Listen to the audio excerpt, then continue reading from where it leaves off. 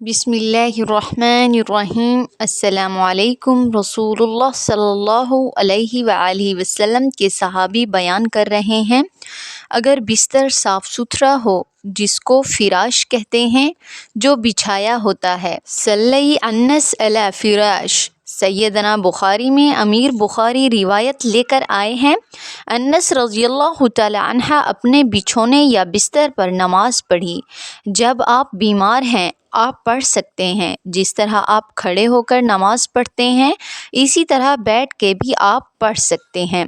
اگر اسی طرح آپ بیمار ہیں، آپ بیٹھ کے نہیں پڑھ سکتے نماز، اگر آپ کے اندر ہمت قوت نہیں ہے تو آپ لیٹ کے بھی اشاروں کے ساتھ نماز پڑھ سکتے ہیں۔ اگر آپ لیٹ کر بھی نہیں پڑھ سکتے تو آپ کروٹ کے بل بھی پڑھ سکتے ہیں۔ اگر کچھ بھی ہمت نہیں ہے تو فَعُوبِ بِإِمَانِي، آپ اشارے کر کے بھی نماز ادا کر سکتے ہیں۔ آپ اس نماز کا اجر و ثواب پورا ہی نصیب ہوگا، آپ کو پورا ثواب اس کا ملے گا۔ لیکن اگر آپ صحت مند ہیں اور آپ بیٹھ کر نماز پڑھیں گے تو پھر آپ کو آدھی نماز کا ثواب ملے گا۔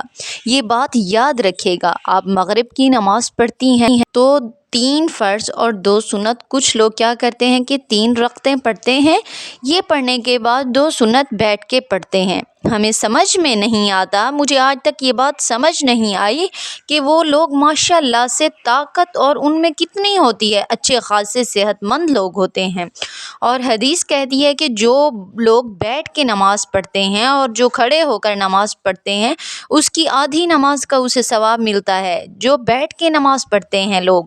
لیکن اگر بیمار ہیں، اسے کھڑا نہیں ہوا جا رہا، تو آپ نے فرمایا، عمران ابن حسین رضی اللہ تعالی عنہ سے کہا، جن کو 30 سال تک پائنس کی بیماری رہی۔ کتنے سال تک؟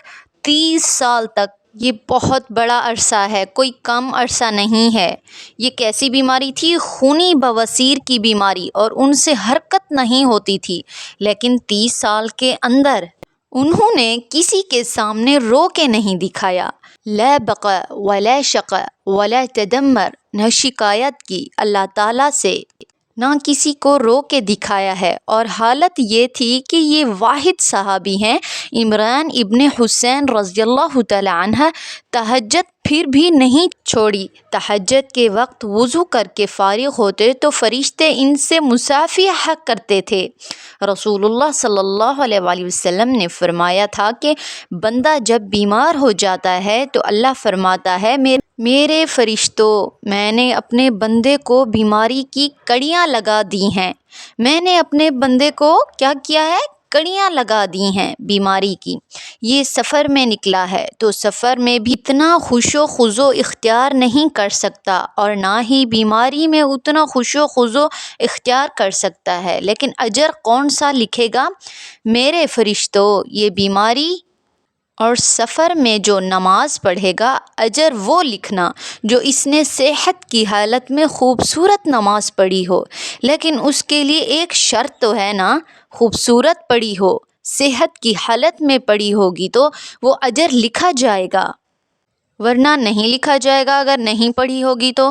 اللہ ہم سب سے راضی ہو، اللہ ہم سب کو 5 وقت کی نماز پڑھنے کی توفیق عطا فرمائے۔